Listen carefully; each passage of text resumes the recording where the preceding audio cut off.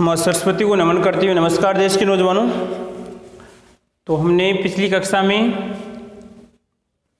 किसके बारे में, जो आपके कॉम्बिनेशन लॉ चल रहे थे, आपके केमिकल कॉम्बिनेशन लॉ यानी रासायनिक संयोजन के नियम थे, उसको हमने पढ़ लिया था। 5 नियम थे, ठीक है, 5 नियम। उसमें से आपका जो लास्ट वाला नियम था, इसमें एक नौजवान की समस्या थी शायद, ठीक है। नौजवान से बोला था कि जैसे मान लीजिए आपको रिएक्शन करवा रहे हैं, जैसे उस रिएक्शन को लेते हैं आप N2 और यहाँ पे O2 और उसके बाद में यहाँ पर आएगा NO बन रहा है। क्या बन रहा है? तो अगर हमें पता है कि जो गैस की रिएक्शन उसको हम आयतन से कैलकुलेशन करते हैं, तो यहाँ पर सब आयतन से कैलकुलेशन कर रहे हैं, तो इस आयतन को निश्चित रखने के लिए जो ताप और दाब यह आपका निश्चित होना चाहिए। यह आपका इस कंडीशन में करने का मतलब गैस या आयतन का नियम कब लगेगा? जब ताप और दाब की में कोई परिवर्तन नहीं होना चाहिए, तो उस समय आपका नियम लगेगा। इसकी जानकारी आपको होनी चाहिए, ठीक है। 5 नियम थे, 5 नियम क्लियर हो गए। क्वेश्चन अभी एक बाकी है, मैंने छोड़ रखा है। देखते हैं कोई है नौजवान जिसमें है कि दम उत्तर देने की, कौन सा नौजवान दे सकता है। अब आते हैं अगले बिंदु पे। अगला बिंदु कौन सा होगा आपके इसमें, और शायद आपकी जो 12th में है वर्तमान में, उसकी भी शायद एग्जाम डेट आ चुकी है। वही निष्कर्ष है कि जून के आसपास आपकी एग्जाम होगी, तो कृपया वो भी थोड़ी बहुत तैयारी करते रहिए। कोई समस्या तो उससे भी आप में पूछ सकते हैं। 10th वाले हैं, उनकी भी एग्जाम होगी। मैं कल भी आपको पिछले वाली कक्षा में बताया था कि एग्जाम देना जरूरी है, इसे मान के चलो तो एग्जाम होगी। तो ये भ्रम था आपकी कि भाई नहीं होगी या होगी, वो भ्रम जा चुका है, क्योंकि अब की बार का कोरोना वैक्सीन पे निर्भर है। जैसे वैक्सीनेशन कंप्लीट हुआ, ऑटोमेटिक सारे काम खुल जाएंगे। ये नहीं कि कोरोना बीमारी के साथ अब हमें पूरी जिंदगी कहने का साथ इसकी रहना पड़ेगा।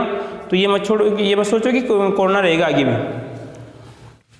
तो आगे स्टार्ट करते हैं हमारा जो अगला टॉपिक है, डाल्टन का परमाणु सिद्धांत। क्या रहेगा इसमें? डाल्टन का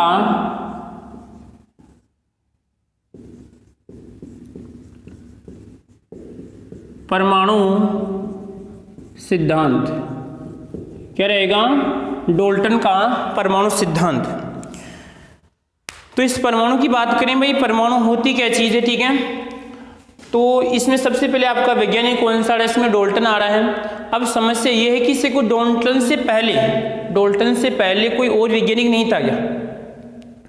तो यहाँ पे समस्या वही खड़ी होती है कि डाल्टन से पहले जैसे आपका एक वैज्ञानिक, इसमें अगर हम बात करते हैं महर्षि कणाद, क्या है अगर इसमें महर्षि कणाद, इसने भी परमाणु के बारे में कुछ बोला था। इसी प्रकार यहाँ पे डेमोक्रिटस है, पकुदा काव्याम है, पकुदा, और इसमें आएगा कात्यायन है, कात्यायन मान लो, ठीक, कात्यायन आएगा। इसी प्रकार यहाँ पे डेमोक्रिटस है, क्रिएटिस है। ये भी कहने का मतलब परमाणु के बारे में इन्हें भी जानकारी बताई। जरूरी नहीं है कि आपके जॉन डाल्टन ने ही परमाणु के बारे में जानकारी बताई, इन्हें भी परमाणु के बारे में जानकारी बताई, परंतु इनके विचार सभी के कैसे थे रे? इनके सभी के विचार थे आलसी विचार। जिसे कभी कभार आप घर पे विचार करते हैं, बैठे बैठे सोच लेते हैं कि चांद भी चलें, वो चलें, या कहते हैं कि चांद सितारे तोड़ लाएंगी, वो कर देंगी, वो चलते हैं, ठीक है। तो एक सपनी है, जब तोड़ते हैं तो अगले को मालूम चलता है भाई कैसे चांद सितारे तोड़ते हैं, ठीक है। कि जैसे अभी एक योजना चल रही है गहलोत सरकार की, वो ऐसे नियम बता रहे हैं कि जो परिवार, जिस परिवार के मुखिया, कहने का मतलब यदि कोरोना से चला जाता है, कोरोना से मृत्यु हो जाती है, तो उसने जो लोन लिया है उसका लोन माफ हो जाएगा। तो ऐसे बताओ, उस मरने वाले को क्या मालूम उसका लोन माफ होगा नहीं होगा? बात समझ रहे इसमें? तो केवल एक विचार है। तो यहाँ पर महर्षि कणाद ने भी परमाणु के बारे में विचार तो किया था, इसने भी परमाणु के बारे में विचार किया, इसने भी परमाणु के बारे में विचार किया, परंतु वास्तविक श्रेय किसको जाता है? जॉन डाल्टन को परमाणु सिद्धांत का श्रेय जाता है। अब इसका कारण क्या है, पहले इनको देखते हैं। महर्षि कणाद ने क्या कहा कि परमाणु एक अविभाज्य कण है, अविभाज्य कण है। ये किसके बारे में बताया? परमाणु के बारे में महर्षि कणाद ने बताया कि ये एक अविभाज्य कण है जिसके हम और अधिक टुकड़े नहीं कर सकते। उसके बाद में पकुदा कात्यायन ये मानता है कि जो आपका पदार्थ होता है वो पदार्थ छोटे छोटे कणों से मिलकर बना होता है। छोटे छोटे कणों से मिलकर बनता है, जिसे क्या कहते हैं, परमाणु कहते हैं। और इस डेमोक्रिटस ने परमाणु की जो ग्रीक भाषा है एर्टिमियस, इसके बारे में उसने बताया था। तो तीनों यहाँ पे दार्शनिक थे, इनकी जो यहाँ पे काल था उसमें कोई विशेष ऐसा कोई प्रयोग नहीं हुआ कि जिससे वास्तविक कोई पुष्टि हो जाए कि कहने का मतलब ये परमाणु के बारे में जानकारी।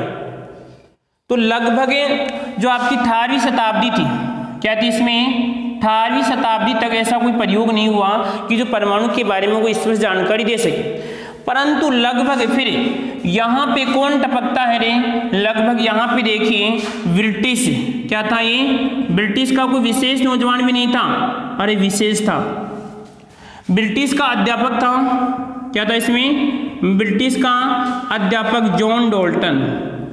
कौन था, जॉन डोल्टन। और कब की बात है, 1808 की बात है। कब की बात है, 1808 की बात है। इस जॉन डोल्टन ने बातें तो देखो इनकी थी, एक दो बात इसमें नहीं दी, कोई विशेष नहीं थी, इन्हीं की बातों को उसने प्रयोग के आधार पे स्पष्ट किया कि परमाणु ये होता है, परमाणु के बारे में जानकारी बताई। तो इसी के आधार पे हम क्या पढ़ेंगे, डोल्टन का जो परमाणु सिद्धांत है, इसका पूरा नाम है, ब्रिटेन पूरा नाम जॉन डोल्टन है। कहाँ का था, इसमें ब्रिटिश था, अध्यापक था, 1808 की बात। ठीक है, तो ध्यान रखना ये सभी दार्शनिक थे। दार्शनिक का मतलब आलसी होते हैं, जो विचार कर लेते हैं कि शायद ऐसा हो सकता है, ऐसा हम कर सकते हैं, ठीक है, या मेरे को मिल जाए, या मेरे को ऐसा जब करता है, जब उसे मालूम चलता है।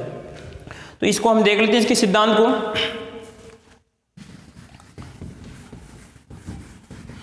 तो 1808 में जब डोल्टन ने अपना सिद्धांत दिया, उस सिद्धांत में क्या था देखो ध्यान से, उसने कहा कि परमाणु, किसकी बात करें हम, परमाणु की बात करें, तो परमाणु क्या है कि परमाणु पदार्थ का वह छोटे से छोटा कण होता है। उसने कहा कि परमाणु क्या होता है, पदार्थ, या हम कह सकते हैं द्रव्य पदार्थ या द्रव्य का वह छोटे से छोटा कण होता है जिसके हम और अधिक टुकड़े नहीं कर सकते, जिसके हम और अधिक टुकड़े नहीं कर सकते, या हम कहते हैं पदार्थ का सूक्ष्मतम कण। क्या कहलाएगा इसमें, पदार्थ का सूक्ष्मतम कण क्या कहलाएगा इसमें, आपका परमाणु कहलाता है। ये किसने कहा, यानी ये जो आपका जॉन डोल्टन का सिद्धांत था, जॉन डोल्टन के सिद्धांत में जानकारी दी गई। ठीक है, उसके बाद में इसका जो सिद्धांत था वो किस बात पे आधारित था, इसका सिद्धांत था द्रव्यमान संरक्षण। क्या था, द्रव्यमान संरक्षण, जो हमने पीछे पढ़ लिया। इसी प्रकार हम कह सकते हैं कि जो निश्चित अनुपात है, निश्चित अनुपात है, या अगर हम पूरी बात करते हैं तो यहाँ पे आएगा रासायनिक संयोजन। अरे क्या आएगा रे लालो, यहाँ पर आएगा रासायनिक संयोग या रासायनिक संयोजन के नियमों पे आधारित था। क्या था, जॉन डोल्टन का जो परमाणु सिद्धांत था वो द्रव्यमान संरक्षण था, निश्चित अनुपात का नियम है, रासायनिक संयोग है, इनके नियमों पे आधारित था। तो ये नियम तो हम पूरे इसमें पढ़े थे, 5 नियम थे। ठीक है, उसके बाद में यहाँ पर ये तो इसकी सिंपल जानकारी हो गई। क्या लिखना, अगर आप नोट्स लिख रहे हैं लिखेंगे इसमें जॉन डोल्टन कब की बात है, इसमें 1808 की बात है। कब की बात है, 1808 की बात है। जॉन डोल्टन ने 1808 में परमाणु के बारे में बताया अपने सिद्धांत में कि परमाणु वह पदार्थ का छोटे से छोटा कण होता है जिसे हम और अधिक टुकड़े नहीं कर सकते। ठीक है, तो क्या कहलाएगा इसमें, आपका परमाणु कहलाता है। और इसके सिद्धांत में द्रव्यमान संरक्षण है, निश्चित अनुपात का है, और रासायनिक संयोग का नियम इसमें लागू होता है, रासायनिक संयोग के नियम पे आधारित था। यानी इसने क्या किया, ये नौजवान सोच रहा था कि ये जो पदार्थ है, इस पदार्थ में ऐसा क्या है। कभी आपके भी दिमाग या आपका जो मन है, जो मस्तिष्क है, उसमें विचार आया होगा कि इसमें ऐसा क्या है। ठीक है, तो इस नौजवान की भी यहाँ पे जॉन डोल्टन के भी मन में विचार आया कि इस जो आपका पदार्थ है, इस पदार्थ में ऐसा क्या है। अब आपको पता है कि जब कभी आपके दिमाग में कभी कभार मस्तिष्क उद्वेलन होता है तो आप फिर करने का हम लोग कहते हैं कि जो बदमाशी करने लग जाते हैं। तो ये नौजवान भी इसके साथ क्या कर रहा है, खिलवाड़ कर रहा है, पदार्थ के साथ छेड़छाड़ कर रहा है। और छेड़छाड़ किस प्रकार का, इसको पीट रहा है बार बार, इसने इसको पीटा, इतना पीटा, इतना पीटा, इतना पीटा, इतना पीटा, लास्ट पीटते पीटते लास्ट में कौन आ गई, यहाँ पे सीमा आ गई। कौन आ गई लास्ट में, सीमा आ गई। जॉन डोल्टन ने इस पदार्थ को इतना पीटा कि लास्ट में कौन आ गई, एक सीमा आ गई। और सीमा कहती है अब रहने दो, अबे रहने दो, अब रहने दो। तो यहाँ पे बात कौन सी थी, एक ऐसी सीमा आ गई। मैं उस बॉर्डर की बात कर रहा हूँ, किसी नाम की बात नहीं कर रहा हूँ। सीमा कहती है कि रहने दो, यानी अब हम इसके टुकड़े नहीं कर सकते, अब हम इसके टुकड़े नहीं कर सकते। कौन बोल रही है, सीमा कहते बहुत हो गया, अब रहने दो, अब हम इसके और अधिक टुकड़े नहीं कर सकते। तो इस यहाँ पे इस टुकड़े को इसने क्या कहा, अविर्भाज्य। क्या कहा इसने, अविर्भाज्य। ध्यान रखना इस बात का। परमाणु ने, जॉन डोल्टन ने इसको क्या कहा, लास्ट वाली जो स्थिति आई, देखो कहा तो इसने था, जो आपका इसमें कणाद ने कहा था, परंतु हम पढ़ रहे हैं कि जब प्रयोग किसने किया, वास्तविक प्रयोग जॉन डोल्टन ने किया। तो इसने बार बार इसको पदार्थ को पीटा और लास्ट में सीमा कहती है अब तो रहने दो, अब तो रहने दो। स्थिति कौन सी आती है, अविर्भाज्य, इसके हम और अधिक टुकड़े नहीं कर सकते। और इस अविर्भाज्य कण को इसने क्या कहा, परमाणु कहा। तो यहाँ पे परमाणु शब्द किसने दिया, परमाणु शब्द भी जॉन डोल्टन ने दिया। ठीक है देश के नौजवानों और लालो, आपको याद हो जाएगा। ठीक है आगे देखो, उसके बाद में अविर्भाज्य तो यहाँ पे है कि सर हम वहाँ टुकड़े तो नहीं कर सकते, कोई बात नहीं, आपकी बात तो सही है, परंतु उल्टा भी तो सोच सकते हैं थोड़ा बहुत है। एक नियम सर यहाँ से भी बना सकते हैं कि जब ये पदार्थ टूटा, जब कोई टूटता है जब भी उसकी वास्तविक स्थिति का मालूम चलता है। और इस संगठन में शक्ति होती है, आप मालूम नहीं कर सकते, जब कोई टूटता है जब मालूम चलेगा। तो लास्ट स्थिति जो उसे प्राप्त होती है वो अविर्भाज्य कण था, उसके और अधिक टुकड़े नहीं कर सकते, उसको उसने क्या कहा, परमाणु कहा। तो क्वेश्चन बनता है कि परमाणु शब्द किसने दिया, जॉन डोल्टन ने दिया। ठीक है कोई दिक्कत नहीं आती किसी को इसमें। तो यहाँ पर सिंपल प्रयोग था इसका। मुख्य बात इसमें सर आपकी द्रव्यमान संरक्षण, निश्चित अनुपात, रासायनिक संयुग्म, इसको आगे देखते हैं किस प्रकार। अब ये तो था इसका प्रयोग। अब प्रयोग में इसने 6 बातें बताई। कितनी बातें बताई, इसने 6 बातें बताई। अब 6 बातें कौन कौन सी हैं, एक एक को हम देख लेते हैं, एक एक को हम देख लेते हैं।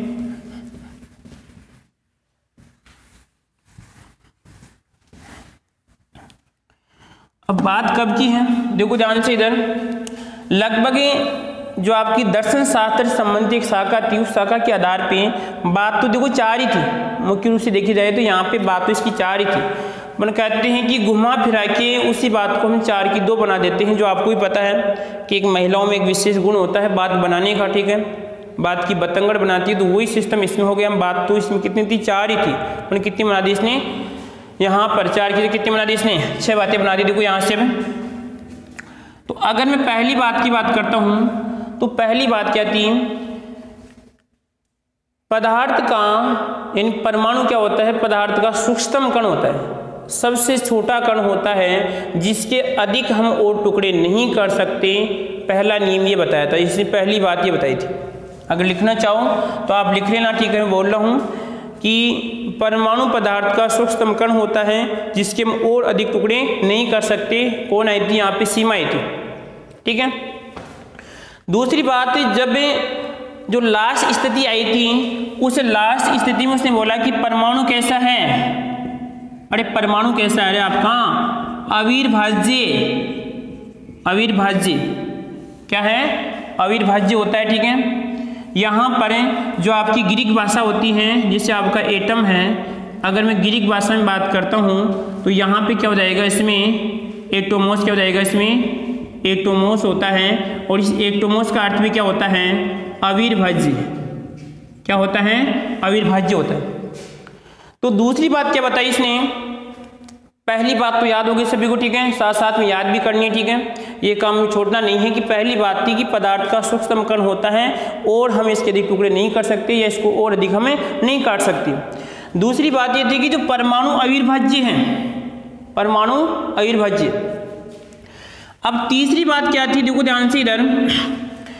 तीसरी बात देखिए कि जैसे आपने कभी नाम तो सुना होगा, कभी नाम सुना होगा, ठीक है, झूठ मत बोलना, मैंने बोल दिया, ठीक है, अभी तो ये भी आपने नाम सुना होगा। तो यहाँ पे कहा कि एक तत्व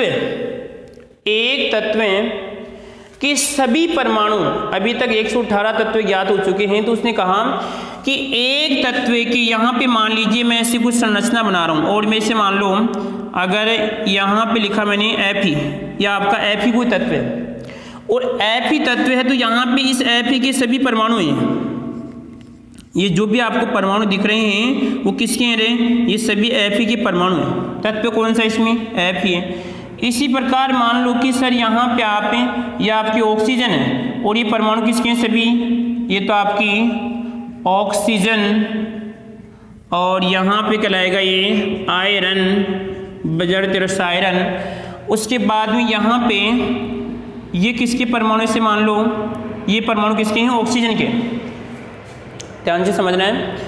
तो उसने कहा कि अगर मान लीजिए कोई एक तत्व है और उस एक तत्व के यहाँ पे जितने भी आपको ये परमाणु दिख रहे हैं सभी, इसके अंदर जो परमाणु दिख रहे हैं वो सभी परमाणु क्या होंगे, वो सभी परमाणु क्या होंगे, समान होंगे। कहने का मतलब उनका आकार भी क्या होगा रे, समान होगा, उसके भार भी क्या होगा, समान होगा, और गुण भी क्या होगा, समान होगा। तो नियम नंबर 3 क्या बनता है, नियम नंबर 3 ये था कि एक तत्व के सभी परमाणु, एक तत्व के सभी परमाणु आकार है, गुण है, भार है, सभी में रासायनिक गुण है या जो आपके भौतिक गुण हैं उनमें क्या होते हैं, समान होते हैं। इसी प्रकार यदि मैं बात करूं ये इसके परमाणु, इस दोनों देखो, यदि इन दोनों की तुलना करते हैं तो सर ये दोनों बिल्कुल क्या है, आपके समान है। और यदि मैं इन दोनों की बात करता हूं तो ये भी दोनों क्या सर, आपस में समान है। अरे भाई ये वाला परमाणु ये दोनों किसके सर है, ये भी ऑक्सीजन का है, ये भी किसका है, ऑक्सीजन का है। और सर ये किसका है बताओ, यहाँ पर ये Fe का है और ये किसका है, Fe का है। तो दोनों परमाणु आकार, इनके गुण हैं, रासायनिक गुण, भौतिक गुण में समान है। इसी प्रकार इसके भी क्या है, एक ही तत्व के दोनों परमाणु या सभी परमाणु आकार, गुण, रासायनिक गुण, भौतिक गुण में क्या होते हैं, समान होते हैं। ठीक है, चलो 3 बात हो गई। अब आते हैं बात नंबर हमारी 4, किस पे आते हैं, इसने जो चौथी बात बताई वो क्या थी इसमें। अब देखो ध्यान से, मान लीजिए मैंने एक परमाणु किसका ले लिया, यहाँ पे Fe का ले लिया, और एक परमाणु मैंने किसका ले लिया, ऑक्सीजन का ले लिया। किसका ले लिया, एक परमाणु मैंने किसका ले लिया रे, यहाँ पे ऑक्सीजन का ले लिया। अरे आवाज़ चेक कर लेते हैं, हाँ चलो ठीक है। एक परमाणु ऑक्सीजन का लिया और एक इसने आयरन का लिया। अब इन दोनों परमाणु की आपस में तुलना करते हैं, तो तुलना करते हैं तो इसके गुण अलग थे, इसके गुण अलग थे, इसके भौतिक गुण अलग थे, इसके रासायनिक गुण, इसके भौतिक गुण अलग थे।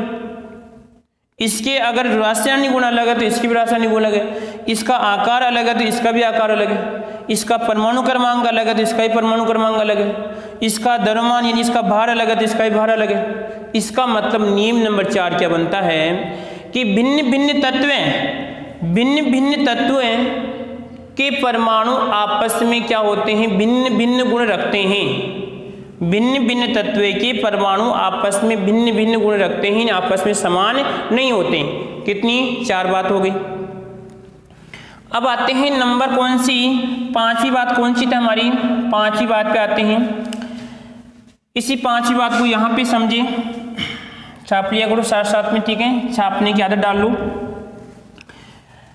निश्चित अनुपात क्या था इसमें, निश्चित अनुपात, ये नियम मैंने आपको पहले भी बता दिया, ठीक है, कि क्या होता है आपका निश्चित अनुपात। ठीक है, किसने दिया जो आपको सभी मालूम होगा, इसको समझना है। जैसे मान लीजिए मैं बात करता हूँ यहाँ पे कार्बन डाइऑक्साइड की बात करें, किसकी बात करते हैं, कार्बन डाइऑक्साइड की बात करते हैं। तो सर यदि मैं यहाँ पे इस कार्बन का, तो यहाँ पे 1 और यहाँ पे ऑक्सीजन कितनी है, 2, तो दोनों के मध्य कितना आ रहा है, 1:2 आ रहा है। इसी प्रकार यहाँ पे देखना आपका H2 है, तो सर यहाँ पे कितना आ रहा है, 2:1 आ रहा है। तो कहता है कि जब जब यहाँ पे जब जब आपको पानी यानी बोले तो वाटर की याद आएगी, जब जब आपको जल की याद आएगी तो क्या करना पड़ेगा आपको, दो तो कौन आएगी यहाँ पे हाइड्रोजन आएगी और एक क्या आएगी इसमें आपकी ऑक्सीजन आएगी। परंतु जब जब आपको कार्बन डाइऑक्साइड की याद आएगी तो यहाँ पे एक क्या आएगा इसमें कार्बन आएगा और दो क्या आएगी इसमें आपकी ऑक्सीजन आएगी। तो इसका मतलब ये हुआ कि यदि आपको कभी भी कार्बन डाइऑक्साइड बनानी है तो आपको एक निश्चित अनुपात देखना पड़ेगा कि सर कार्बन तो कितना होगा, एक होगा और यहाँ पे ऑक्सीजन कितनी होगी, दो होगी, तो ही आपका इसमें कार्बन डाइऑक्साइड बनेगी। यानी अनुपात क्या है, फिक्स है। यदि ऐसे मान लो आप क्या कर रहे हो कि सर यहाँ पे मैं तो कुछ नौजवानों में कहने का मतलब है जो कहते हैं जिद करने की आदत होती है, किसी बात को लेके बैठ जाते हैं कि भाई हाँ ये हमें तो यही होना चाहिए, यही बताओ ठीक है। देखो परिवर्तनशील होना चाहिए व्यक्ति को, ये नहीं कि आपको ही पता है कि अगर कोई चीज़ कठोर है तो जल्दी टूटेगी, इसमें आपकी गुरुत्वाकर्षण का नियम लगता है, तो जितना लचीला होंगे उतने आप आगे बढ़ेंगे। तो यहाँ पे देखो ये कहता है कि मैं तो चलो इसका एक अनुपात इसको भी एक लेता हूँ, ले ले बेटा कोई दिक्कत नहीं है, ले ले लाला यहाँ पे कोई दिक्कत नहीं तेरे को, अगर लाला और लाली दोनों यहाँ पे एक हैं तो कोई दिक्कत नहीं।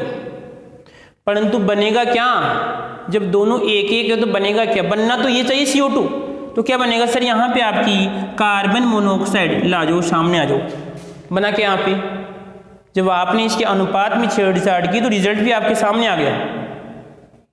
अरे दिख रहा है किसी को इसमें, चलो यहाँ पे आ जाओ। ये कह रहा है कि सर यहाँ पे तो ये दो हैं और ये कितना इसमें आपका ऑक्सीजन एक है। एक लाला कहता है कि लाली से यहाँ पे कि यदि मैं तो यहाँ पे ये दो लेना चाहता हूँ, ऑक्सीजन दो लेना चाहता हूँ और ये भी दो लेना चाहता हूँ, तो ले ले, कोई तेरे को दिक्कत नहीं है, कोई दिक्कत नहीं, ले ले। परंतु जो रिजल्ट आएगा वो देख क्या आएगा, यहाँ पे सर यहाँ पे ये H2 आएगा और यहाँ पर भी क्या आएगा, ये दो आएगा। हमें क्या चाहिए, हमें तो यहाँ पे जल चाहिए, पानी चाहिए, अगर सिंपल बात करें वाटर चाहिए, कहाँ पे बना, यहाँ पे तो हाइड्रोजन पेरोक्साइड बन रहा है। तो हमने छेड़छाड़ कहाँ पे की, हमने सर छेड़छाड़ इसके जो निश्चित अनुपात में की। तो आपको पता है कि जब छेड़छाड़ करेंगे रिजल्ट भी कुछ गलत ही आएगा, जैसा आना चाहिए वैसे आएगा। तो यहाँ पर भी क्या बना, 2:2 से क्या बनता है आपका हाइड्रोजन पेरोक्साइड बनता है। क्या बनता है, हाइड्रोजन पेरोक्साइड बनता है। इसका मतलब ये होता है कि जब कोई दो तत्वें के परमाणु आपस में जुड़ते हैं तो एक निश्चित अनुपात में जुड़ते हैं। ये नहीं कि एक इधर से पकड़ लिया और एक इधर से पकड़ लिया, उसका भी निश्चित अनुपात होगा कि वो इसके साथ जुड़ेगा, वो इसके साथ जुड़ेगा। अब अच्छी तरह बात को समझते हैं, सभी एक स्थायी के साथ जुड़ते हैं, कोई ऐसे थोड़ी उटपटांग के साथ जुड़ते हैं, ठीक है। तो यहाँ पर ये एक निश्चित अनुपात था, तो नंबर कितनी होगी, पहली बात तो इसमें कौन सी, पहली बात तो सर आपका कि छोटा कण होता है, अविभाज्य होता है। तीसरी बात क्या होते हैं, एक तत्व के सभी परमाणु समान होते हैं, दो अलग अलग के क्या होते हैं, अलग अलग होंगे। और पांचवा नियम था इसमें निश्चित अनुपात होता है, यानी अनुपात में कोई परिवर्तन नहीं होगा। यदि आप अनुपात परिवर्तन करें, क्योंकि देखो हमने जो कॉम्बिनेशन लो पढ़ा था, दूसरा नियम पढ़ा था आपको निश्चित अनुपात, उसमें क्या पढ़ा था कि हमने लगभग 3 या 4 प्रकार से कार्बन डाइऑक्साइड बनाई थी। 3 या 4 प्रकार से हमने कार्बन डाइऑक्साइड बनाई थी, तो सभी में यही सिस्टम था कि जो कार्बन डाइऑक्साइड बनी थी वो एकदम शुद्ध थी, और शुद्ध में अनुपात क्या था, 1:2 था उसमें, ठीक है। तो निश्चित अनुपात होना चाहिए, ठीक है। उसके बाद में लास्ट बात कौन सी थी इसने, नंबर जो इसने 6 बात बताई वो कौन सी थी, 6 बात ये थी कि यहाँ पे जॉन डाल्टन ने कहा कि ऐसा कोई नौजवान नहीं है कि जो परमाणु को तोड़ सकता है, ना ही तो हम परमाणु को तोड़ सकते हैं, यानी कहने का हम परमाणु का निर्माण कर सकते हैं, और ना ही इसे नष्ट कर सकते हैं।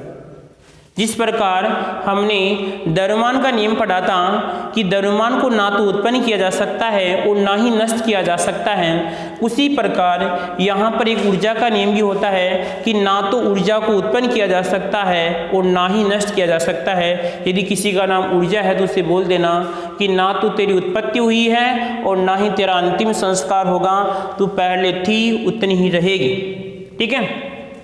तो इसी प्रकार इसमें भी क्या था कि ना तो आप परमाणु को उत्पन्न कर सकते हैं और ना ही नष्ट कर सकते हैं। कोई आपके पास परमाणु की फैक्ट्री नहीं कि मैं परमाणु बना रहा हूँ वहाँ पे, हाँ परमाणु बम बना सकते हैं आप, परमाणु बम बना सकते हैं पर परमाणु नहीं बना सकते। इसका मतलब है कि ना तो हम परमाणु को उत्पन्न कर सकते हैं और ना ही नष्ट कर सकते हैं। आपको पता है कि जैसे लगभग 1945 के आसपास से जो नागासाकी के अंदर जो वहाँ पे बम गिराए गए थे, तो उसका रिजल्ट अभी भी आ रहा है। वहाँ पर जो आपके रेडियो एक्टिव पदार्थों की जो परमाणु है अभी भी वहाँ पर हैं, और उनके रिजल्ट अभी भी आ रहे हैं कि बच्चों में जैसे पिछड़ेपन बात करते हैं, विकलांगता उत्पन्न हो रही है। ठीक है, तो यहाँ पर हमारे जो 6 नियम थे, लास्ट वाला नियम कि धर्म ना तो हम उसको उत्पन्न कर सकते हैं ना ही नष्ट कर सकते हैं, एक अन्योन्य क्रिया करते हैं निश्चित अनुपात में। ठीक है, इसी प्रकार आपके 2 नियम ये हो गए, आपके 2 नियम ये होते। तो लगभग 6 बातें याद रखना। इसमें क्वेश्चन कैसे बन सकता है, देखो ध्यान से,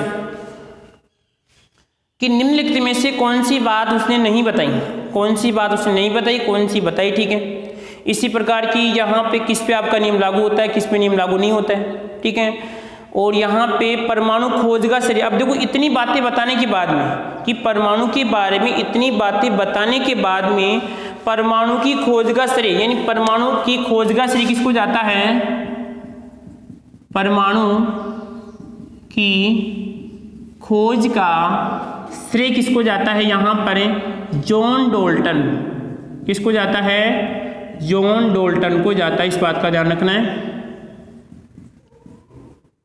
जॉन डाल्टन को परमाणु खोज का श्रेय जाता है। कब की बात है, 1808 की बात है। इस बात का आपको ध्यान रखना है। परमाणु शब्द किसने दिया, जॉन डाल्टन ने दिया था।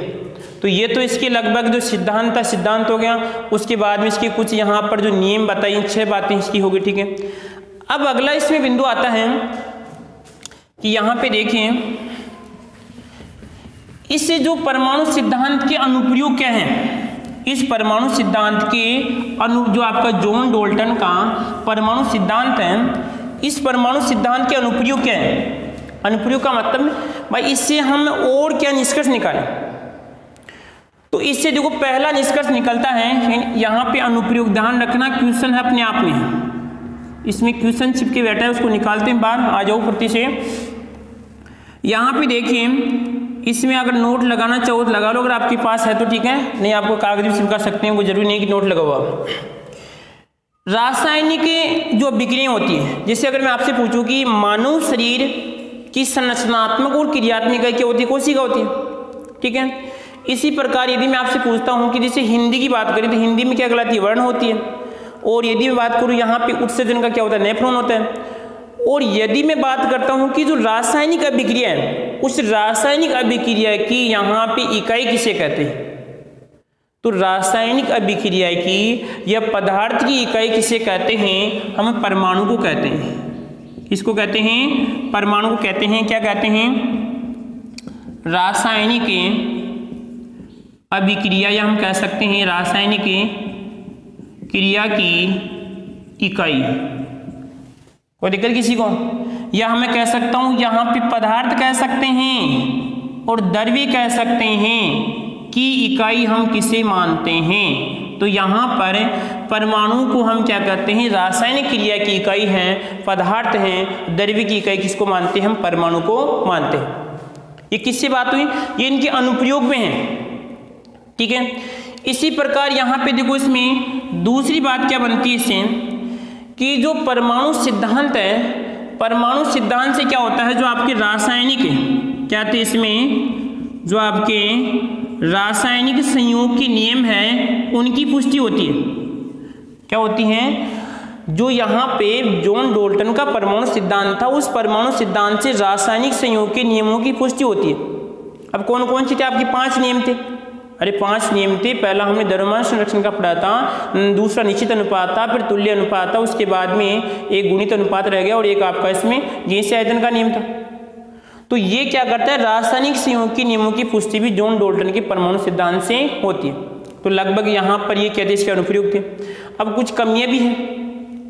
देखो ये बात कब की है, जॉन डाल्टन कब है, जब तक हम परमाणु के साथ कोई छेड़छाड़ नहीं करते। परमाणु के साथ जब तक हम कुछ छेड़छाड़ नहीं करते, जब तक जॉन डाल्टन है। परंतु बाद में आपको पता है छेड़छाड़ करने की आदत सभी को होती है, या कोई जैसे भी करते हैं। ठीक है, ये परंपरा सभी को मालूम है। ठीक है, और आपको पता है कि संचरण का तरीका है। तो यहाँ पर क्या हुआ कि जब इस परमाणु को और देखा गया, तो उसके बाद में कि इसमें और भी कण पाए जाते हैं, जिसे हम क्या कहते हैं, अपरमाणु कण कहते हैं। तो उसकी किस में आता है, कमी में आता है। ठीक है, उसके बाद देखो यहाँ पर एक, यहाँ पर मैं से कहूँ जैसे आपकी कार्बन है, यहाँ पे कार्बन 6 और ये 12 है, और यहाँ पे कार्बन कितना 6 और यहाँ पे कितना है सर ये 14 है। अब ये सर यहाँ पे दोनों में एक ही तत्व है और एक ही तत्व के परमाणु है, एक ही तत्व के परमाणु है। और अभी हमने क्या पढ़ा कि यहाँ पे हमने जो तीसरी बात क्या पढ़ी थी कि एक ही तत्व के सभी परमाणु क्या होते हैं, समान होते हैं। परंतु यहाँ पे देखना कि सर इस वाली जो आपका तत्व ये भी कार्बन का तत्व, ये भी कार्बन का परमाणु, ये भी कार्बन का परमाणु, तो यहाँ पर सर इसका भार तो यहाँ पे 12 है, इसका भार यहाँ पे कितना है 14 है।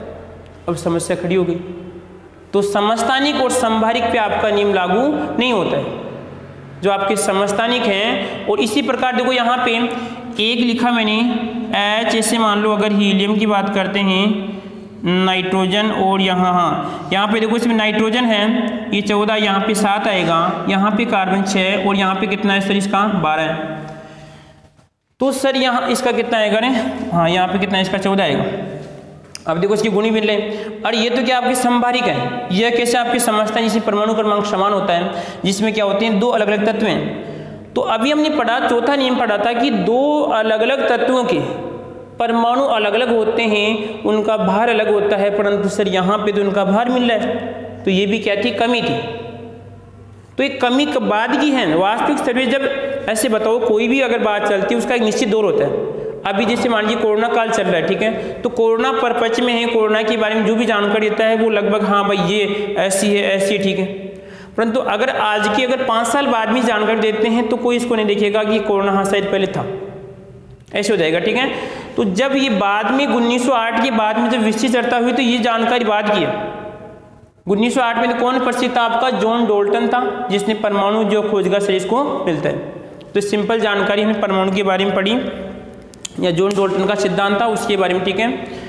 अब आगे आते हैं, उसके बाद में अगला जो हमारा बिंदु रहेगा इसको अगर देख लो, आपको छापना चाहूँ मुख्य बात देखो इसमें, एक तो ये वाली, ये ध्यान रखना, इसमें इकाई रासायनिक क्रिया की इकाई क्या कहलाती है, परमाणु कहलाती है। पदार्थ और द्रव्य इकाई क्या कहलाती है, इसमें परमाणु कहलाती हैं। और रासायनिक संयोग के नियम इसमें आप किसी गुणित अनुपात का नियम है, द्रव्यमान संरक्षण का नियम है, ठीक है, और तुल्य अनुपात का नियम है, जो संभारिक है समस्थानिक पे लागू नहीं होता है।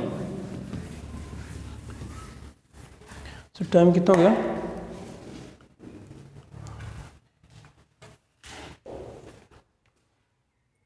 चलने का भी तो एक टॉपिक और कर लेते हैं फिर। चलो आगे देखो, उसके बाद में अगली अगर मैं बात करता हूं यहाँ पे, अब आते हैं इस परमाणु के बारे में, आते हैं कि परमाणु क्या है। अभी तक तो हमने जॉन डाल्टन का परमाणु सिद्धांत पढ़ा, अब आते हैं परमाणु। ये परमाणु क्या है, और समझ रहे हो कुछ, इसमें हमने क्या चल रहा है, ऊपर से काम नीचे आ गए, परमाणु के बारे में पढ़ेंगे। अब विस्तृत जानकारी की परमाणु के बारे में क्या क्या है। तो परमाणु शब्द कौन सी भाषा का माने यहाँ पे, तो परमाणु की अगर हम बात करते हैं तो पहली बात तो इसमें खोज किसने की बताऊँ, खोज ध्यान रखना अभी तो ताज़ा है। जब भी आपको ऐसा लग रहा है कि हाँ याद है, परंतु जब बाद में निकल जाएगी, क्या दिमाग से बात निकल जाएगी तो नहीं रहेगा।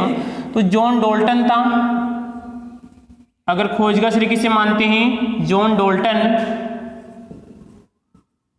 शायद एक नौजवान का कमेंट भी आया है कि सर थोड़ा दिखने में समस्या है तो मोटे चिपकाते हैं, और क्या जॉन डाल्टन, और कब की बात है 1808 में। शब्द किसने दिया,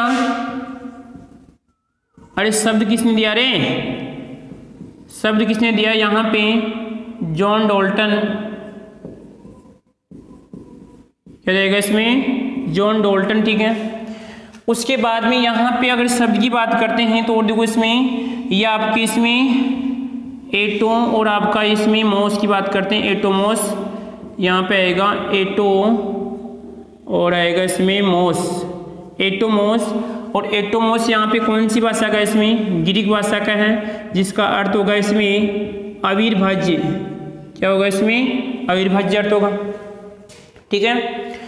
इसकी परिभाषा क्या होगी, परिभाषा का मतलब है कि पदार्थ का वह छोटे से छोटा कण जिसके हम और अधिक टुकड़े नहीं कर सकते और स्वतंत्र अवस्था में नहीं रह सकता, उसे हम क्या कहते हैं, परमाणु कहते हैं। क्या कहते हैं, एक तो यहाँ पे ये स्वतंत्र अवस्था में नहीं रह सकता, और आप रह सकते हैं कि स्वतंत्र अवस्था में। इस स्वतंत्र का मतलब क्या है?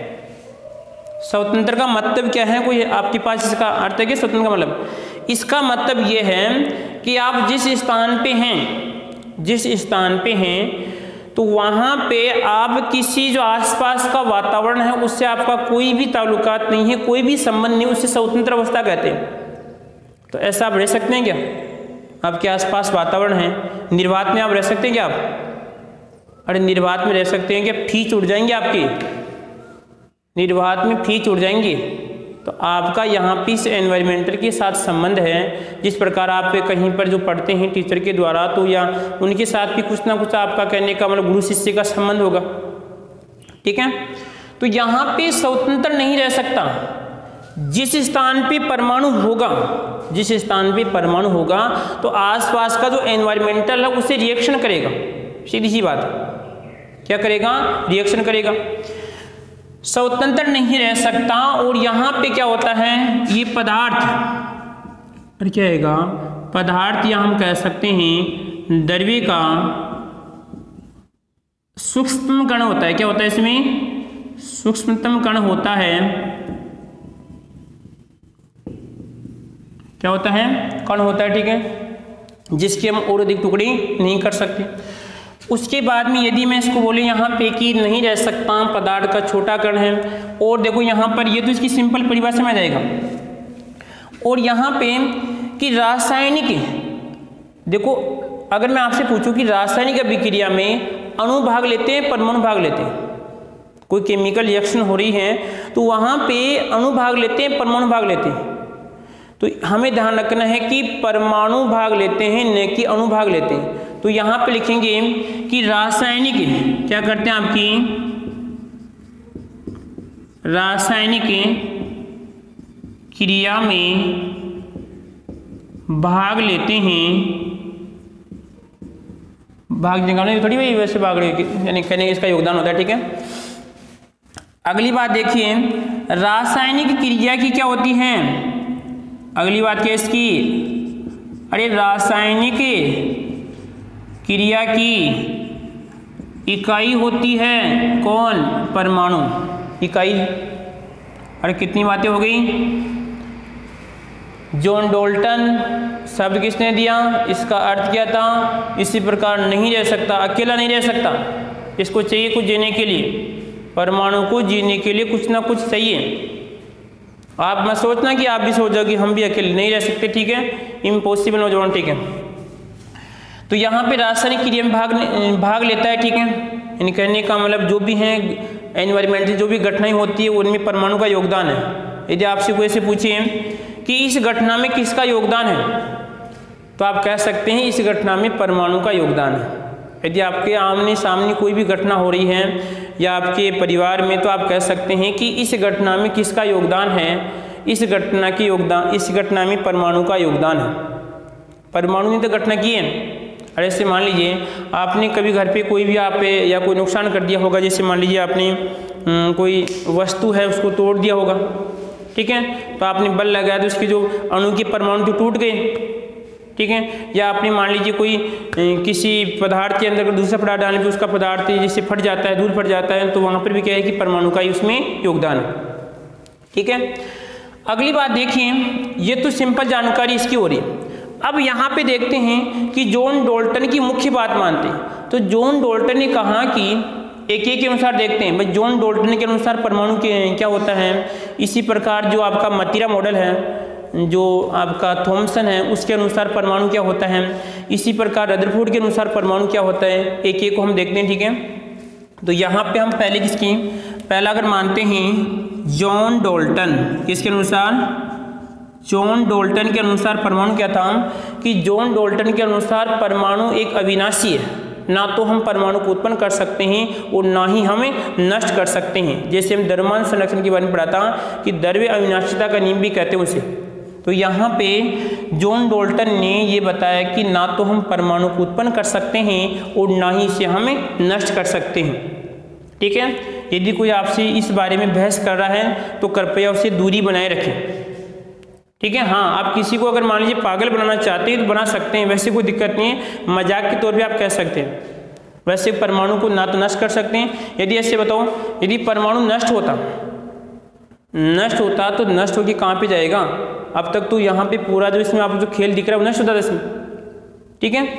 तो ये तो किसके अनुसार था? जॉन डाल्टन के अनुसार। इसी प्रकार यदि हम मानते हैं दूसरा यहाँ पे मतीरा मॉडल, क्या मतीरा मॉडल था इसमें आपका, या कह सकते हैं जो आपका थॉमसन, क्या था इसमें? थॉमसन बेचारा किसान था तो उसने मतीरा को लेके बता दिया भाई मतीरा में ये सिस्टम होता है। तो इस थॉमसन ने क्या कहा कि परमाणु के बारे में क्या बताया थॉमसन ने परमाणु के बारे में बताया कि परमाणु क्या होता है, मतीरा कैसा होता है। जैसे भी खाने का सिस्टम चल रहा है, मतीरा सभी ने बिल्कुल आराम से खाया होगा। अब की बार तो समस्या बहुत बढ़िया खाने की, ये समस्या नहीं कहने का मतलब मौका मिला होगा बढ़िया, ठीक है। और नहीं मिला तो गलती आपके। फिर यदि कोरोना काल में ये नहीं करते हैं तो फिर आप जितना कोई मूर्ख है नहीं। फिर यदि मैं कहूँ कि पागल किसे कहते हैं तो यहाँ पर फिर पागल की परिभाषा आपको देनी पड़ेगी, ठीक है। जब आपके सामने कोई वस्तु है और आप नहीं खा रहे तो गलती आपकी। तो यहाँ पे देखिए मतीरा मॉडल थॉमसन क्या मानता है? थॉमसन मानता है कि परमाणु गोलाकार है। क्या है? परमाणु गोलाकार है। अब बताओ यहाँ पे कौन सा मतीरा आएगा रे अगर गोलाकार है तो? फिर देखना, ये मान रहा है कि परमाणु कैसा है? गोलाकार है। यदि परमाणु गोलाकार है तो मैं से मानता हूँ यहाँ पे तो कौन सा मतीरा आएगा? आप जो अपनी भाषा में कह सकते हैं कि यहाँ पर आप आम तो सर 3 मतीरे चलते थे। एक तो पहले जो ब्लैक वाला, ठीक है, एक जो धारी वाला चलता है और एक सफ़ेद आता है बिल्कुल। तो सफ़ेद आज के साइड नहीं रहा है गाँव में बिल्कुल, यानी कैसा होता है आपका एकदम ऐसे होता है, सफ़ेद होता है, ठीक है। इतना नहीं बताऊँगा, आपको बताना पड़ेगा इतना।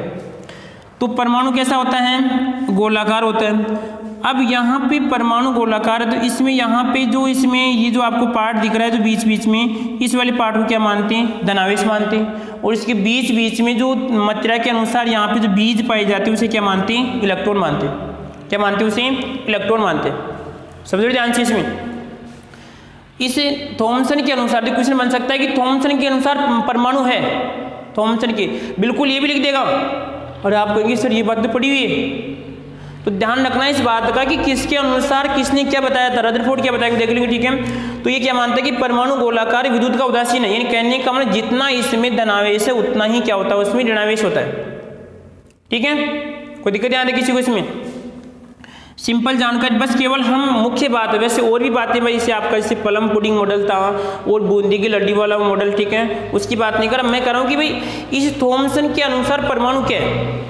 परमाणु एक विद्युत उदासीन है, इसमें धनावेश और ऋणावेश की मात्रा क्या होती है? समान होती है। उसके बाद में तीसरा कौन आता है? सोनार। अरे कौन आता है तीसरा? सोनार आता है। देखो सोनार था नहीं, वैसे मैंने आप इसकी परमाणु की अणु की कहानी बनाई है तो वो उसके अनुसार है। तो पहला इसमें जॉन डाल्टन आ गया, दूसरा आपका मतीरा मॉडल है, और उसके बाद में कौन आता है इसमें? रदरफोर्ड। क्या आता है इसमें? रदरफोर्ड। रदर किसको फोड़ता है? मतीरा को फोड़ता है, ठीक है। अरे किसको फोड़ेगा? क्योंकि सोनार का है ना बेटा ये, तो यहाँ पे आएगा रदरफोर्ड। तो रदरफोर्ड के अनुसार परमाणु क्या था? रदरफोर्ड के अनुसार देखो यहाँ पे परमाणु का जो यहाँ पे ये परमाणु है, इस परमाणु के केंद्रक में क्या होता है? एक निश्चित द्रव्यमान होता है और इस द्रव्यमान को क्या मानते हैं? यहाँ पे नाभिक मानते हैं। क्या मानते हैं? इस निश्चित द्रव्यमान क्या मानते हैं? नाभिक मानते हैं। किसने कही? ये रदरफोर्ड ने बताया इस प्रकार। उसने कहा कि यहाँ पे ये जो नाभिक वाला इसको पार्ट दिख रहा है, इस नाभिक वाले पार्ट को क्या मानता है? ये धनावेश मानता है। क्या मानता है? धनावेश मानता है, ठीक है। उसके बाद में क्या था कि धनावेश है, नाभिक है। आगे देखो, अभी कहता है कि इस नाभिक के चारों ओर वर्ताकार रूप से कक्षाओं में क्या करता है? इलेक्ट्रॉन चक्कर लगाता है। यानी वर्ताकार रूप से चक्कर लगाता है, उसे क्या कहते हैं? उनको हम कक्षा कहते हैं। क्या कहते हैं? उसे कक्षा कहते हैं। ये जानकारी किसने दी? आपके रदरफोर्ड ने दी थी कि परमाणु का जो द्रव्यमान होता है वो एक जगह केंद्रित होता है, उसे क्या मानते हैं? नाभिक मानते हैं। उसके बाद में इसमें धनावेश, ठीक है, नाभिक को क्या मानेंगे? आपका धनावेश मानते, ठीक है। इसी प्रकार यहाँ पे जो वर्ताकार रूप से चक्कर लगाते हैं उसे इलेक्ट्रॉन, उसे क्या मानते हैं? आपका कक्षा मानते हैं, ठीक है। और एक बात उसने ये बताई कि यहाँ पे परमाणु का आयतन, हम बात करते हैं परमाणु का आयतन और यहाँ पे नाभिक के आयतन के बारे में भी इसने बताया था। नाभिक के आयतन के बारे में भी इस नौजवान ने बताया था। उसने कहा कि जो नाभिक की त्रिज्या, किसकी त्रिज्या, नाभिक की त्रिज्या, त्रिज्या का मतलब है कि यदि इसको यहाँ पे ले, इसी बात को यहाँ पे लेते हैं, ठीक है, थोड़ा बहुत ध्यान रखना, यहाँ पे लेते हैं इसको, जगह यहाँ पर ही है। जैसे मान लो ये आपका नाभिक है और आपका परमाणु है, तो इस नाभिक की जो त्रिज्या होगी वो कितनी मानता है रदरफोर्ड, ये मानता है 10 की घात माइनस 10 मीटर, सॉरी 15 मीटर। कितनी मानता है, 10 की घात माइनस 15। अब बताओ, यदि मैंने जब क्लास स्टार्ट की थी तो 10 की घात माइनस 15 को हम क्या बोलते हैं, अगर आपको याद है तो 10 की घात 15 को हम क्या बोलते हैं। इसी प्रकार यहाँ पे देखो, तो उसने जो ये नाभिक था, उस नाभिक की त्रिज्या कितनी मानी रहे, उस नाभिक की रेडियस की बात करते हैं, त्रिज्या कितनी मानता है, 10 की घात माइनस 15 मीटर मानता है। इसी प्रकार यहाँ पे जो ये परमाणु दिख रहा है, इस परमाणु का जो आकार है या इस परमाणु का आयतन है, इसकी त्रिज्या कितनी मानी उसने, 10 की घात माइनस 10 मीटर। कितनी मानता है, 10 की घात माइनस 10 मीटर मानता है, ठीक है। 10 की घात, देखो ध्यान रखना, 10 की घात माइनस 15 तो किसकी है, नाभिक की है, और 10 की घात माइनस 10 किसकी, आपकी इसमें परमाणु की है। ये किसने बताई थी आपकी इसमें, रदरफोर्ड ने इसके बारे में जानकारी बताई, ठीक है। कोई दिक्कत आती है किसी को इसमें। अब देखो इसमें क्वेश्चन क्या बन सकता है कि पहले तो अगर सिंपल क्वेश्चन बने कि बताओ परमाणु बड़ा होता है नाभिक, तो आप बता देंगे कि सर परमाणु का आकार क्या होता है, बड़ा होता है। देखो क्वेश्चन ऐसा है, यदि आपसे इसे पूछें परमाणु की त्रिज्या तो कितनी होती है, 10 की घात माइनस 10 होती है। यदि पूछे परमाणु का व्यास, ध्यान रखना नौजवानों इस बात का, क्योंकि आपने क्या रट रखा है कि हमें पता है कि जैसे परमाणु शब्द दिखे आपको तो आप कितना चिपकाएंगे, 10 की घात माइनस 10। अरे एक बार देख लेना कि त्रिज्या पूछ रहा है, व्यास पूछ रहा है, त्रिज्या पूछ रहा है या व्यास पूछ रहा है। त्रिज्या कितनी आएगी यहाँ पे, त्रिज्या तो सर इतनी आएगी और व्यास इसका दुगना आएगा, वो दूना निकाल सकते हो, ठीक है। उसके बाद में एक क्वेश्चन क्या बन सकता है, एक क्वेश्चन क्या बन सकता है, इसका दुगना कर दो कितना होगा, अरे 2 से गुना करोगे ना इसको, अरे 2 से करेंगे, किससे करेंगे, अरे देश के नौजवानों में से पूछ रहा हूँ भाई, इसका यदि आपको बताना है, अगर आप पे पढ़ रहे हैं तो कमेंट में आपको बताना है कि परमाणु का, एक तो बताना है परमाणु का व्यास बताना है और एक नाभिक का व्यास आपको बताना है। ये 2 क्वेश्चन आपको दे रहे हैं, एक तो परमाणु का व्यास और नाभिक का व्यास आपको बताना है, ठीक है। एक क्वेश्चन ये दे रहा हूं आपको कि यहां पे परमाणु नाभिक का कितना गुना है, एक क्वेश्चन वो चिपका लो आप, यहां पे परमाणु नाभिक का कितने गुना है, नाभिक का कितने गुना होता है, कितने गुना होता है, एक क्वेश्चन ये होगा, ठीक है। कितने क्वेश्चन हो गए, 1 2 और ये 3 क्वेश्चन है, ठीक है। तो यहाँ पे रदरफोर्ड याद रखना, एक तो इसमें नाभिक के बारे में बताया, धनावेश इसके बीच में होता है और इलेक्ट्रॉन वर्ताकार रूप से क्या करते हैं, गति करते हैं, इसे कक्षाएं कहते हैं। और यहाँ पे इसके आयतन के बारे में बताया, 10 की घात माइनस 15 और कितना, 10 की घात माइनस कितना 10। सर लंबी बनेगी थोड़ी क्लास, अब 2 मिनट की बात हो रही है, आगे और देखो उसके बाद में।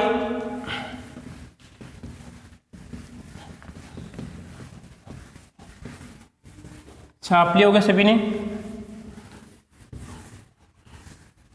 आज सर परमाणु का भी टॉपिक क्लियर हो जाएगा, ठीक है। तो ये तो हमने जो वैज्ञानिक है उनके अनुसार देखा, ये तो हमने वैज्ञानिक के अनुसार देखा, ठीक है। अब देखते हैं कि हमने इससे निष्कर्ष क्या निकलता है कि परमाणु क्या होता है, इसमें आपका गोलाकार है, क्या है, परमाणु क्या होता है, गोलाकार होता है। अब गोलाकार का मतलब ये नहीं है कि परमाणु होता है 3D में होता है, यहाँ पे केवल 2D बना सकता हूँ, केवल 2D बना सकता हूँ, 3D केवल आपको आभास करा सकते हैं। यहाँ पर यदि आप यहाँ पर हैं किसी कमरे में, अगर हम जैसे आपकी गोला होता है ना, गोला इस प्रकार का परमाणु होता है, ठीक है। तो यहाँ पे इस परमाणु में क्या क्या होता है कि परमाणु के बीच में जो नाभिक है, क्या है, परमाणु के बीच में नाभिक है और इस नाभिक को हम कहते हैं न्यूक्लियन, क्या कहते हैं रे, न्यूक्लियन कहते हैं, नाभिक को न्यूक्लियन कहते हैं, यानी यहाँ पर जाएगा इसमें नाभिक, ठीक है। इसी प्रकार सर इस नाभिक में क्या क्या होता है, तो नाभिक में होता है यहाँ पे देखिए एन और न पी, इसका मतलब सर यहाँ पे ये तो क्या आएगा, इसमें आपका न्यूट्रॉन होता है, क्या होता है, न्यूट्रॉन, और यहाँ पे ये क्या होगा, इसमें आपका प्रोटॉन, ठीक है।